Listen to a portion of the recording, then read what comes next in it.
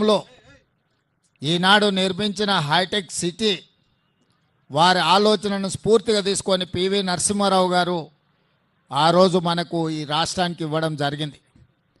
నేదురుమల్లి జనార్దన్ రెడ్డి గారు ఉన్నప్పుడు ముఖ్యమంత్రిగా పునాది రాయి వేసి మొట్టమొదటిసారి హైటెక్ సిటీకి నాంది పలికినరు. ఈరోజు ఫార్మా రంగంలో కానీ ఐటీ రంగంలో కానీ సాంకేతిక టెలికాం రంగంలో ఈ దేశంలోనే తెలంగాణ రాష్ట్రం ప్రథమ స్థానంలో నిలబడ్డది అని అంటే దానికి రాజీవ్ గాంధీ గారి ఎనలేని కృషి ఈరోజు మనం చూస్తున్నాం. స్థానిక సంస్థల్లో ఆనాడు రాజీవ్ గాంధీ గారు ఇచ్చిన మహిళా రిజర్వేషన్ ఆ స్ఫూర్తితో శ్రీమతి సోనియా గాంధీ గారు రాజ్యసభలో చట్టసభలకు మహిళా రిజర్వేషన్లు ఇవ్వాలి అని యూపీఏ చైర్పర్సన్గా బిల్లును ఆమోదించడం జరిగింది.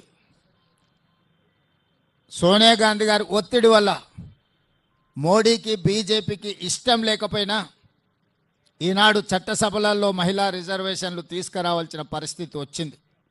అందుకే ఈరోజు గొప్ప నాయకుడు స్ఫూర్తి ప్రదాత రాజీవ్ గాంధీ ఈనాటి యువతకు స్ఫూర్తిగా ఉండాలి.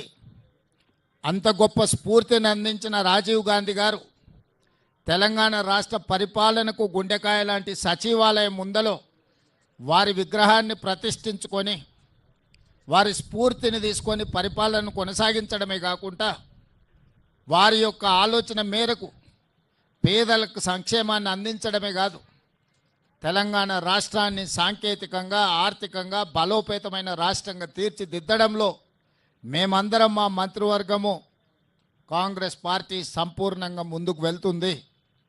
వారిని ఆదర్శంగా తీసుకొని వారి విగ్రహాన్ని ఇక్కడ ప్రతిష్ఠించుకొని కోట్లాది మంది భారతీయ యువకులకు రాజీవ్ గాంధీ స్ఫూర్తిని ఈరోజు మనం నింపగలిగినము.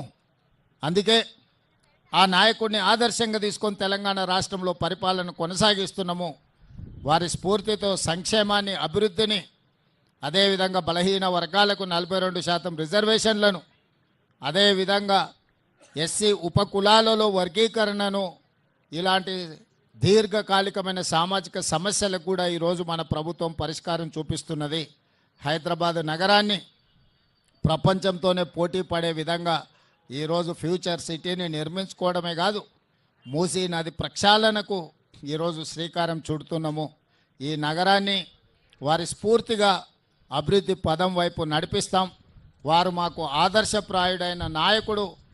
దేశ యువత కూడా స్ఫూర్తిగా తీసుకోవాలి.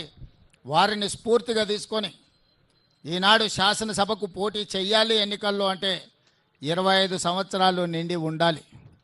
తొందరలోనే రాహుల్ గాంధీ గారి దేశానికి ప్రధానమంత్రి అయిన తర్వాత తెలంగాణ రాష్ట్ర శాసనసభలో తీర్మానం చేసి 21 సంవత్సరాలు నిండిన వాళ్ళు శాసనసభకు పోటీ చేసే విధంగా చట్టాన్ని సవరించడానికి మేము ప్రయత్నం చేస్తాము. ఇవాళ 21 సంవత్సరాలు నిండిన చదువుకున్న వాళ్ళు ఐఏఎస్లు ఐపీఎస్లుగా జిల్లాలను పరిపాలిస్తుంటే 21 సంవత్సరాలు నిండిన యువకులు శాసనసభలో ఉంటే ఈ దేశానికి ఎంతో మేలు జరుగుతుంది.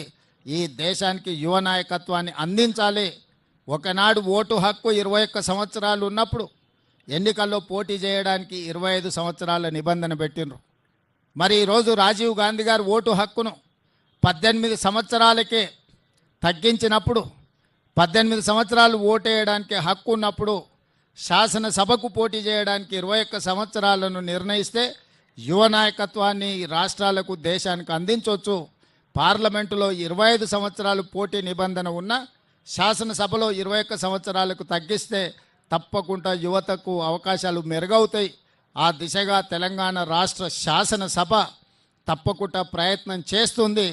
ఈ కళలన్నీ సాకారం కావాలి అని అంటే ఈ దేశానికి రాహుల్ గాంధీ గారు ప్రధానమంత్రి కావాలి. అందుకే రాజీవ్ గాంధీ స్ఫూర్తిగా రాహుల్ గాంధీ గారి నాయకత్వంలో పనిచేయాలని మేమందరం ఈరోజు ప్రతిజ్ఞ తీసుకొని బయలుదేరుతున్నాం. తప్పకుండా రాహుల్ గాంధీ గారిని ఈ దేశానికి ప్రధానమంత్రిగా చేసే వరకు మేము ఎవ్వరము విశ్రమించబోమని తెలియజేస్తూ మీ అందరి దగ్గర సెలవు తీసుకుంటున్నాను.